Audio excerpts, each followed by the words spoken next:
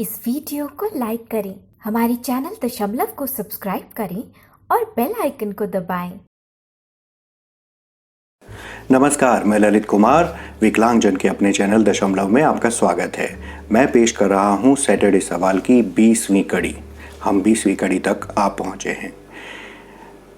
आज मेरे पास कहने के लिए ज़्यादा कुछ है नहीं, बल्कि यूँ कहिए कि आज मेरे पास ज़्यादा प्रश्न नहीं हैं जिनके मैं उत्तर दे सकूं। प्रश्न काफ़ी थे, लेकिन इस हफ्ते के दौरान कुछ व्यस्तता रही और कुछ मन जो है बहुत उलझा हुआ रहा, जिसकी वजह से मैं रिसर्च नहीं कर पाया और इसलिए मेरे पास प्रश्नों के उत्तर नहीं हैं। तो इस वीडियो में मैं कुछ बातें जो आपने पिछले सैटरडे सवाल के दौरान कमेंट्स के ज़रिए मुझे कही, उसके बारे में बात करूंगा। लेकिन इसके अंदर इस वीडियो के अंदर प्रश्नों और उत्तरों का सिलसिला आज नहीं रहेगा। तो चूँकि प्रश्न और उत्तर नहीं है, तो इसलिए मैं सीधे सबसे पहले उन दर्शकों को धन्यवाद दे दूं जिन्होंने दूसरे दर्शकों की मदद की अपनी कमेंट्स के ज़रिए। ये हैं हमारे स्टार कमेंटेटर्स। इस बार हमारे स्टार कमेंटेटर्स हैं कलाराम राजपुरोहित और लालचंद सैनी। आप दोनों का बहुत बहुत धन्यवाद। दशमलव के बाकी दर्शक जो देख रहे हैं, वे भी इन दोनों के और बाकी हमारे जो स्टार कमेंटेटर्स हैं उनके पद चिन्हों पर चलें और कोशिश करें कि आपके पास जो जानकारी है उसे हम लोगों के साथ, बाकी सब दशमलव परिवार के सदस्यों के साथ शेयर करते रहें। यहाँ पर मैं एक टिप्पणी और करना चाहूँगा कलाराम राजपुरोहित के बारे में। कलाराम राजपुरोहित, आपकी अंग्रेज़ी और हिंदी बहुत अच्छी है।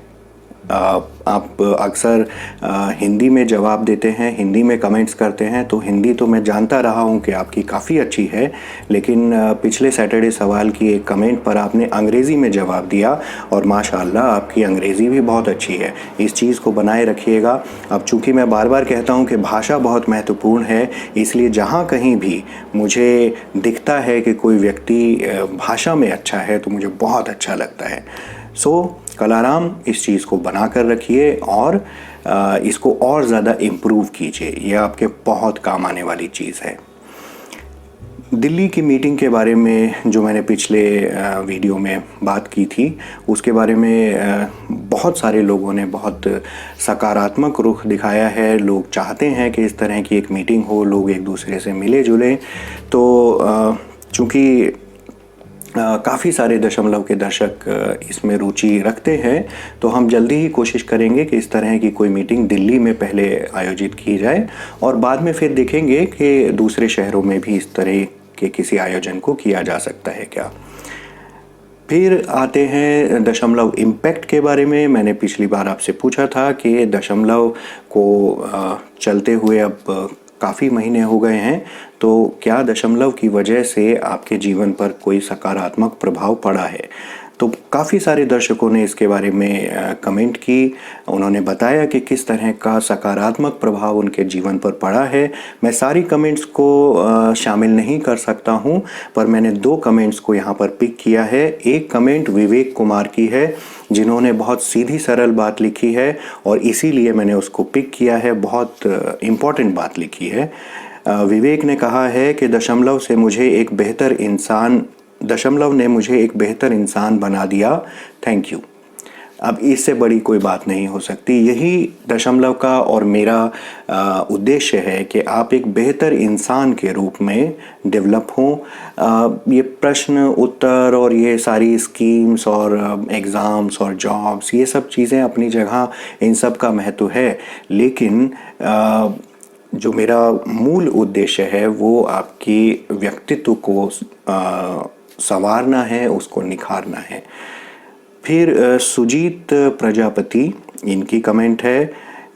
इन्होंने दशमलव इम्पैक्ट के बारे में कहा है कि ललित सर, आपकी वीडियो देखने के द्वारा हमारे अंदर एक ऐसी भावना जाग उठी है कि मैं कुछ करके दिखाऊंगा और आपने ऐसी बातें बताई कि और कोई शायद नहीं बता सकता। तो ये सुजीत की कमेंट है। ये जो भावना आपने बात की कि भावना जो भीतर जाग उठी है, इसको बनाए रखिए। और जैसा कि मैंने विवेक की कमेंट के बारे में कहा कि यही दशमलव का और मेरा मूल उद्देश्य है कि आपके भीतर वो प्रेरणा जागे आगे बढ़ने की, बेहतर बनने की। यही दशमलव का उद्देश्य है। बाकी लोग भी लगातार हमें इस बारे में बताते रहें कि दशमलव आपके जीवन में किस तरीके से परिवर्तन ला पा रहा है। अगर आप हमें बताते रहेंगे, हमें भी अच्छा लगेगा और दशमलव की टीम और ज़्यादा उत्साह से आपके लिए नए नए और अच्छे वीडियोस बनाकर लाती रहेगी। फिर इसके बाद अब मैं एक टिप्पणी करना चाहूँगा। मैंने नोट किया कि हमारे बहुत सारे दर्शक अपनी प्रोफाइल पिक्चर या तो नहीं लगाते हैं या वो ऐसी लगाते हैं जिसमें उनका चेहरा नहीं दिखता। जैसे फॉर एग्ज़ाम्पल फूल की फ़ोटो लगा दी या किसी बच्चे की फ़ोटो लगा दी या नहीं ही लगाई। प्रोफाइल फ़ोटो आपको ज़रूर लगानी चाहिए और ऐसी फ़ोटो लगाइए जो आपकी अपनी हो, जिसमें आपका चेहरा स्पष्ट दिखे। क्योंकि प्रोफाइल कोई ऐसी चीज़ नहीं है जिसको आप हल्के में ले लें। आप सोशल मीडिया पे चाहे जहाँ भी प्रोफाइल बनाइए, पर सलीकेदार प्रोफाइल बनाइए। आपकी फ़ोटो हो जिसमें आपका चेहरा स्पष्ट दिखे और दूर से ली हुई फ़ोटो ना हो कि बाकी सब कुछ बहुत बड़ा बड़ा दिख रहा है, केवल आप ही बहुत छोटे से दिख रहे हैं। ऐसा ना हो, आपका चेहरा स्पष्ट दिखना चाहिए, तस्वीर आपकी हो। बहुत से लोग मैंने देखा है कि वो घबराते हैं, शर्माते हैं, डरते हैं। इन चीज़ों से निकलिए। अपनी उपस्थिति जिस तरीके से आपको अपनी जो रियल वर्ल्ड है उसमें आपको अपनी उपस्थिति दर्ज करानी है, उतने ही विश्वास के साथ आपको जो आभासी दुनिया है यानी सोशल मीडिया है, वहाँ पर भी आपको उसी विश्वास के साथ अपनी उपस्थिति दर्ज करानी चाहिए। और आपकी प्रोफाइल फ़ोटो, आपका नाम, ये आपकी पहचान है इस दुनिया में और ये रियल होनी चाहिए। पूरे विश्वास के साथ अपनी तस्वीर लगाइए और अपना नाम लिखिए, प्रॉपर नाम लिखिए, सही नाम लिखिए, पूरा नाम लिखिए। और नाम लिखने का भी एक तरीका है, जैसे कि प्रॉपरली लिखा जाता है। नाम का पहला अक्षर कैपिटल हो, बाकी के सारे अक्षर स्मॉल हो। दो जो नाम है फर्स्ट नेम और लास्ट नेम, उसके बीच में स्पेस रहे। लास्ट नेम का पहला अक्षर भी कैपिटल हो और बाकी सारे अक्षर स्मॉल हो। एक तरीका होता है। बहुत सारे लोग सारे जो लेटर्स हैं अपने नाम में वो कैपिटल लिख देते हैं, बहुत सारे लोग सारे लेटर्स स्मॉल लिख देते हैं। ये नहीं करना चाहिए। बहुत सारे लोग कुछ बहुत ही अलग किस्म का नाम लिख देते हैं जो कि उनका रियल नाम नहीं होता। ये नहीं करना चाहिए। मुझे याद है कि फेसबुक पर कभी एक महिला से मेरी बात हुई थी, कई साल पहले की बात है, और वो कभी भी अपना रियल फ़ोटो नहीं लगाती थी क्योंकि उनको ये लगता था कि वो सुंदर नहीं दिखती हैं। तो मैंने उनको उस समय भी यही कहा था कि आपको इस तरह की बातों को अपने मन से निकालना चाहिए और आप एक बार लगाकर तो देखिए फ़ोटो। वो चीज़ अपने आप, वो डर आपके भीतर से अपने आप नहीं निकलेगा। उसको अपने मन से निकालने के लिए आपको कोशिश करनी होगी, एक कदम उठाना होगा। तो मुझे याद है कि मेरी महिला मित्र ने अपनी रियल तस्वीर लगाई थी और फिर उसके बाद से वो आज तक अपनी रियल तस्वीर ही लगाती आ रही हैं। तो वो एक डर है, वो जो एक झिझक है, उसको ख़त्म कीजिए और अपनी इस आभासी दुनिया में, इस इंटरनेट की दुनिया में अपनी एक सॉलिड प्रोफाइल बना कर रखिए। चाहे वो यूट्यूब हो, चाहे फेसबुक हो, ट्विटर हो, जो भी आप यूज़ करते हैं। इसके बाद एक पिछले एपिसोड में एक प्रश्न मैंने किया था जो कि हमारी एक दर्शक ने हमसे किया था और मैंने आप लोगों के सुझाव के लिए उसे सामने रखा था कि ऐसे बच्चों के माता पिता जो विकलांग हैं, यानी विकलांग बच्चों के जो माता पिता हैं, उनको क्या करना चाहिए ताकि वो अपने बच्चों के फाइनेंशियल भविष्य को सुरक्षित कर सकें। तो इसके बारे में कई सारी कमेंट्स आई हैं। हमारी जिन महिला दर्शक ने प्रश्न पूछा था, अंजू शर्मा उनका नाम है, वे इन सारी कमेंट्स को पढ़ लें ताकि जो जो आइडियाज़ हैं वो आपको मिल जाएं, और बाकी सारे दर्शक भी जो इस विषय में इंटरेस्टेड हैं वो पिछले सैटरडे सवाल की कमेंट्स को पढ़ लें। लेकिन उन कमेंट्स में से मैंने जो चीज़ें पिक की हैं वो मैं आपको बता देता हूं कि एक तो हमारे एक दर्शक की ओर से बहुत अच्छा सुझाव आया है। LIC की एक पॉलिसी है जीवन आधार नाम से। जीवन आधार एक लाइफ लॉन्ग पेंशन स्कीम है जिसको कि विशेषकर विकलांग बच्चों के लिए बनाया गया है, विकलांग डिपेंडेंट्स के लिए बनाया गया है। तो कोई एक व्यक्ति जो इस पॉलिसी को लेता है और उस व्यक्ति के ऊपर जो विकलांग डिपेंडेंट है, उस डिपेंडेंट व्यक्ति को तब भी पूरे जीवन पेंशन मिलती रहेगी अगर पॉलिसी लेने वाले व्यक्ति की मृत्यु हो जाती है। तो ये एक अच्छा तरीका हो सकता है। मैंने इसके बारे में ज़्यादा डिटेल्स चेक नहीं की हैं, लेकिन इसका प्रीमियम कोई बहुत ज़्यादा हाई नहीं है, और मैं इस पॉलिसी के ऊपर अलग से एक वीडियो करूंगा क्योंकि ये एक महत्वपूर्ण पॉलिसी है। फिर इसके अलावा मैं ये भी कहूँगा कि आप टर्म इंश्योरेंस की तरफ ध्यान दे सकते हैं। डिपेंड करता है कि आपकी खुद की फाइनेंशियल सिचुएशन कैसी है। टर्म इंश्योरेंस इसलिए इम्पॉर्टेंट हो सकता है कि आपके जो डिपेंडेंट है, जो विकलांग डिपेंडेंट है, उसको काफ़ी अच्छी खासी धनराशि मिलती है पॉलिसी लेने वाले के निधन की स्थिति में। LIC में और टर्म इंश्योरेंस में एक बहुत बड़ा फ़र्क है। LIC में जो जीवन आधार है, मैं उसकी बात नहीं कर रहा हूँ, वो एक अलग चीज़ है, उसके बारे में मैं अलग से एक वीडियो करूँगा। पर जनरली जो LIC की पॉलिसीज़ होती हैं उसमें जब मैच्योरिटी होती है तो आपको कोई बहुत ख़ास अमाउंट नहीं मिलता है। जबकि टर्म इंश्योरेंस अगर आप लेते हैं तो उसमें जब उसकी मैच्योरिटी होती है तो आपको मृत्यु की स्थिति में, मतलब जिसने पॉलिसी ली थी उसके निधन की स्थिति में जो सर्वाइवर्स हैं, जो पीछे रह गए हैं लोग, जो डिपेंडेंट हैं, उनको एक अच्छी खासी धनराशि मिलती है ताकि वो अपने जीवन को एटलीस्ट फाइनेंशियली सिक्योर पाएँ। तो आप एक टर्म इंश्योरेंस के बारे में भी ज़रूर अपने बैंक से या आपके जो फाइनेंशियल एडवाइज़र्स हैं उनसे बात करें। फिर एक SIP भी एक तरीका है। थोड़ा थोड़ा अमाउंट हर महीने या हर साल आप डालते रहिए, थोड़ा थोड़ा डालिए, लेकिन आप उसको लगातार डालते रहेंगे तो वो अमाउंट धीरे धीरे ब्याज और चक्रवृद्धि ब्याज इत्यादि लग के वो अच्छा खासा एक अमाउंट बन सकता है आपके जो डिपेंडेंट विकलांग बच्चे हैं उनके लिए। तो कई सारे तरीके हैं जिसके ज़रिए आप अपने विकलांग बच्चों को एक सुरक्षित फाइनेंशियल भविष्य दे सकते हैं। बाकी इसके अलावा ये तो कहने की ज़रूरत है ही नहीं कि फाइनेंस से भी कहीं ज़्यादा इम्पॉर्टेंट है कि आप उन्हें जितनी हो सके उतनी शिक्षा दें। शिक्षा विकलांगता से लड़ने का सबसे ज़्यादा अच्छा हथियार है, और शिक्षा केवल कागजी शिक्षा नहीं होनी चाहिए। आपको पेरेंट्स के तौर पे आपको ये इंश्योर करना चाहिए कि आपके बच्चे, चाहे वो विकलांग हैं नहीं हैं, आपके बच्चे एक बेहतर मनुष्य बने। साल दर साल वो केवल एक क्लास से दूसरी क्लास में ना जाएं, बल्कि साल दर साल आपको उनके अंदर वो चेंजेस दिखने चाहिए कि हाँ, ये एक अच्छा व्यक्ति बन रहा है, बेहतर व्यक्ति बन रहा है। हमारे देश में एक बहुत बड़ी समस्या ये है कि हम लोग कागजी शिक्षा के ऊपर बहुत ज़्यादा ध्यान देते हैं, अंकों के ऊपर, मार्कशीट्स के ऊपर, डिग्रियों के ऊपर।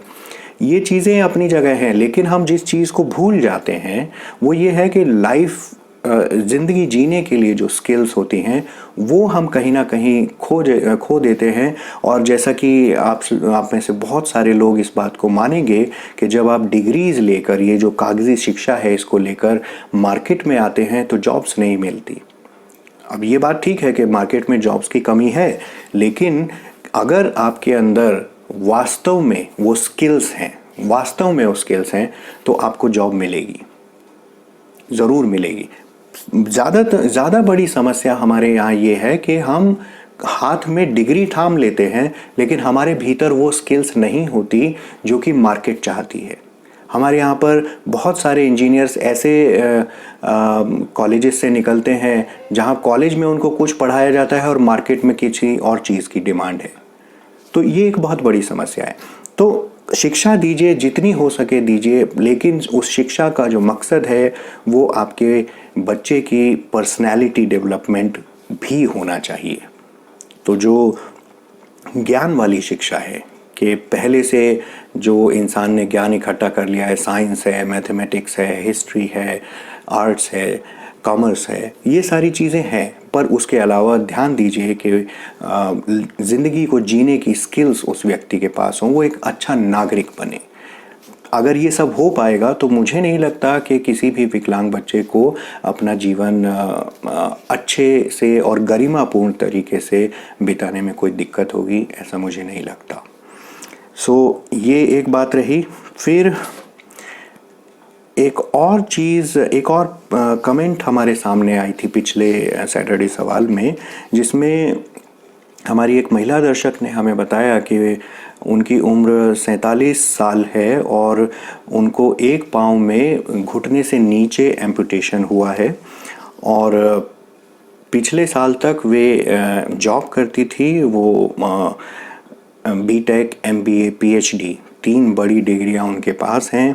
पिछले साल तक वो जॉब करती थी प्रोफेसर के तौर पर, लेकिन जब से उनका ये एम्पुटेशन हुआ है, मेरे ख्याल से किसी एक्सीडेंट की वजह से हुआ होगा, तो ये पाँव कट जाने के बाद से उनका ये कहना है कि उनको कोई जॉब नहीं दे रहा है और वो पूछना चाहती हैं कि इस चीज़ को कैसे हैंडल किया जाए। एक्सीडेंटल डिसेबिलिटी जो होती है, जो हमारे एक स्वस्थ जीवन के अंदर अचानक कोई ऐसी घटना होती है जिसकी वजह से हमें विकलांगता हो जाती है, उसके साथ डील करना आसान नहीं होता, डिफ़िकल्ट होता है। लेकिन उससे डील करने के लिए सबसे पहला जो स्टेप होता है वो है उसको स्वीकार कर लेना कि हाँ, अब जीवन ऐसा ही है और उस जीवन में कोई फ़र्क नहीं है। पहले हम वैसे चला करते थे, अब हम किसी दूसरे तरीके से मूव करते हैं। जीवन है, चलता रहता है। तो ये जो स्वीकार्यता है, इस बात की जो एक्सेप्टेंस है, वो ज़रूरी होती है सबसे पहले। एक तो आप इस चीज़ को स्वीकार कर लीजिए कि हाँ, ये एक नई परिस्थिति है जो अब आपके जीवन का हिस्सा बन चुकी है।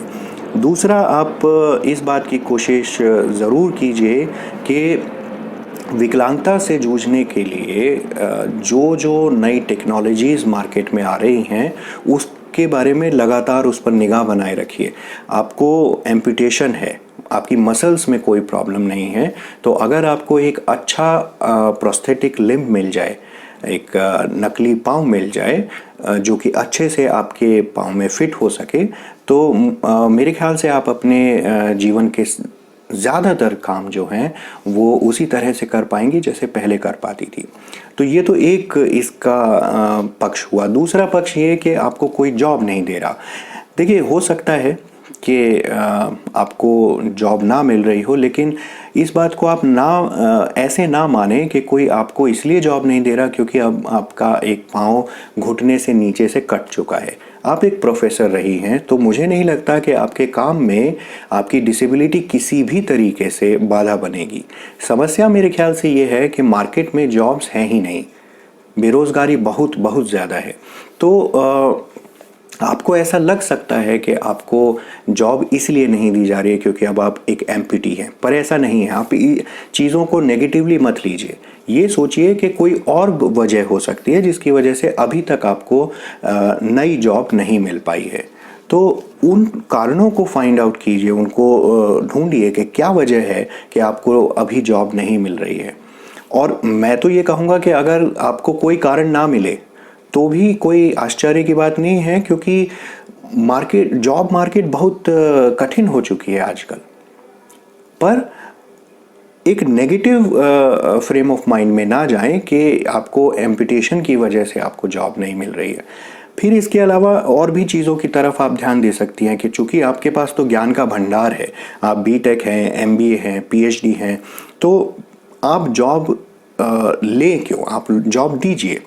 कोशिश कीजिए कि आप अपना ही कोई कोचिंग सेंटर खोलें, अपना ही कोई आजकल तो ऑनलाइन भी इस तरह के कई प्रयास हैं जहां पर आप एक टीचर के तौर पे ऑनलाइन पढ़ा सकते हैं। अनअकैडमी जैसे एक उदाहरण है इसका, तो वहां पर आप अपने कोर्सेज डेवलप करके उनको सेल कर सकते हैं। फिर और भी बहुत सारे ऐसे नए तरीके हो सकते हैं।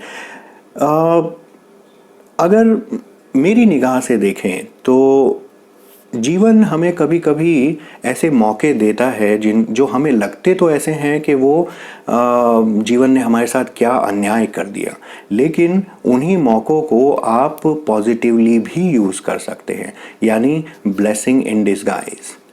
अगर जीवन यूं ही एक सीधी रेखा में चलता चला जाए तो शायद हम अपने पोटेंशियल का उतना इस्तेमाल कर ही नहीं पाएंगे जितना पोटेंशियल हमारे अंदर है। तो ये जो बदलाव हैं जीवन में इस तरह के, वो अगर वो एक एक्सीडेंट है तो वो एक अवसर भी है कि हम अपने नए पोटेंशियल्स को डेवलप करें, जो हमारे अंदर ऐसी योग्यताएं जो अभी तक आप जीवन में यूज़ नहीं कर पाए हैं उनका इस्तेमाल करें। अगर आप उस एंगल से सोचेंगे तो डेफिनेटली आई एम श्योर कि जो व्यक्ति बीटेक, एमबीए, पीएचडी जैसी बड़ी डिग्रियां हासिल कर सकता है वो और कुछ नहीं कर पाएगा, इसमें मेरा विश्वास नहीं है। तो आप कोशिश करेंगी, थोड़ा सकारात्मक सोचेंगी, थोड़ा आउट ऑफ द बॉक्स सोचेंगी तो ज़रूर आपको कुछ ना कुछ अच्छा, पहले से भी बेहतर रास्ता मिलेगा। तो कोशिश ज़रूर करती रहिए। बस इतना ही आज के सैटरडे सवाल में। जैसा कि मैंने कहा था कि इस बार ज़्यादा कोई सवाल नहीं है। मैंने कहा कि मन उलझा हुआ था। मन कभी कभी ऐसा होता है हमारे साथ कि हम एक इनर्शिया की स्थिति में आ जाते हैं। मतलब इतनी सारी चीज़ें दिमाग में चल रही होती हैं और उनके बीच में एक गांठ लग जाती है और आपको ये नहीं समझ में आता कि पहले क्या करें, और एक बिल्कुल कन्फ्यूजन क्रिएट हो जाता है। तकरीबन वैसी स्थिति इस सप्ताह मेरे साथ रही है। इससे बाहर निकलने का भी तरीका होता है जिसको मैं कर रहा हूँ कि आप एक एक करके बेबी स्टेप्स उठाते रहिए, काम करते रहिए, गांठ तभी खुलती है। अगर आप पैनिक करेंगे, अगर आप सारे धागों को एक साथ खींचेंगे तो गांठ खुलेगी नहीं, वो और ज़्यादा टाइट हो जाएगी। मैं धीरे धीरे एक एक करके चीज़ों को कर रहा हूँ, सॉल्व कर रहा हूँ और मुझे यकीन है कि जल्दी मैं अपनी इस इनर्शिया वाली स्टेज से बाहर आ जाऊंगा और फिर से जो दशमलव की गति है उसको वापस पकड़ पाऊंगा। जो लोग यहाँ तक आ गए हैं वीडियो देखते देखते, उनके लिए एक ख़ास सूचना लास्ट में दे रहा हूँ। मेरी जो पुस्तक है जिसकी मैं बात करता रहा हूँ, विटामिन ज़िंदगी, वो अब लगभग तैयार है। अगले 1 महीने के अंदर उसका प्रकाशन हो जाएगा। तो आने वाले वीडियोस में, आने वाले दिनों में मैं उस पुस्तक के बारे में आपको बताना शुरू करूँगा। अगले सैटरडे तक के लिए मेरे साथ बने रहिएगा। नमस्कार।